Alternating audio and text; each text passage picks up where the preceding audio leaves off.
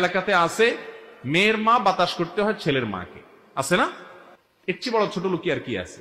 আরে ছেলের মা বাতাস করবে মেয়ের মাকে কেন? কারণ সে তার আস্ত মেয়েটা দিয়ে দিছে, ছেলের মা কি দিছে?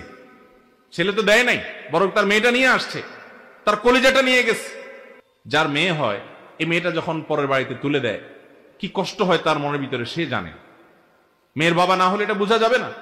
আস্ত কলিজার টুকরাটা ধরে তুলে দিয়ে দিছে, আপনি তো তাকে সালাম করবেন সারা জীবন, সেখানে সালাম করা তো দূরের কথা, উল্টা বরং আম কাঁঠালে মৌসুম আসলে খোঁচাখুচি করেন, বৌমা এখন এই যে আশেপাশে দেখছো অমুকের ছেলে শ্বশুরবাড়ি থেকে কতগুলো আম কাঁঠাল আসছে দেখছো, খোঁচাখুচি করেন। আছে না না এই ছোট লোক আমাদের এলাকায়?